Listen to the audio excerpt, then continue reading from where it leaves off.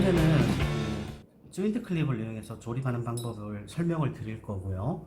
그리고 조인트 클립을 썼을 때 문제점에 대해서 좀 설명을 드리도록 하겠습니다. 이 조인트 클립을 사용을 하기 위해서는 먼저 프로파일에 이렇게 홈 가공이 먼저 되어 있어야 돼요. 이런 식으로 홈 가공이 먼저 되어 있어야 되는데, 자, 그렇다면 이 홈 가공이 되어 있는 부분에 조인트 클립을 삽입을 해서 이 홈 부분을 맞추어서 우리가 렌치나 또는 T렌치로서 우리가 이 결합을 하게 됩니다. 돌려서. 자, 근데 문제점은 뭐냐면은 우리가 이렇게 되어 있을 때 반대편에 하나 이렇게 걸쳐가는 부분이 발생을 해요.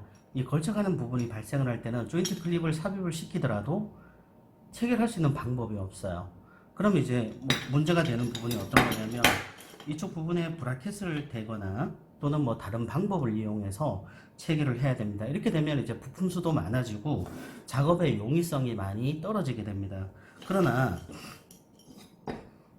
스마트 조인트 브라켓 같은 경우에는 우리가 그러한 그 작업의 용이성을 좀 더 편리하게 할 수가 있는데요. 일단은 조립을 할 때 약간 유격이 있도록 조립을 해주시고, 그 다음에 터널 안으로 그대로 밀어 넣습니다. 이렇게 밀어 놓고 렌치로서 체결을 해줍니다. 너무 강하게 하지 않으셔도 돼요.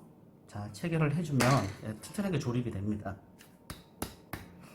자, 그러면 이제 반대편에도 똑같은 거예요. 반대편에도 보시면은 이 스마트 조인트 클립이 조인트 브라켓이 있기 때문에 이 터널 안으로 또다시 얘를 밀어 넣게 됩니다. 밀어 넣어서 똑같이 이 부분에 위치를 잡아 주시고 이 부분을 T렌치로서 체결을 해주게 됩니다. 자, 그러면 어떻습니까? 그리고 또 하나 조인트 클립의 또 단점은 어떤 것이 있냐면, 우리가 조립을 하고 이 홈 가공이 된 대로 인해서 우리가 조립을 했습니다. 예를 들어서 구조 변경이나 아니면 또는 이제 위치 변경이 발생을 하게 된다면 프로파일을 다시 해체를 해서 이 부분에 홈 가공을 다시 해야 되는 겁니다. 다시 해서 다시 그 위치로서 재조립을 한 다음에 다시 그 터널로서 다시 조립을 해야 되는 거죠. 위치 변경이 이루어졌을 때 문제가 이제 상당히 큰 문제로 이제 발생을 하게 되는데, 자, 그러나 스마트 조인트 브라켓 같은 경우에는 예를 들어서 터널 안에서 넣고 우리가 체결된 이후에도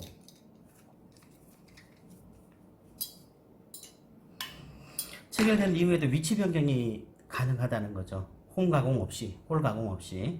자, 위치 변경은 다시 풀고 이동을 시켜서 다시 체결을 한다는 거죠.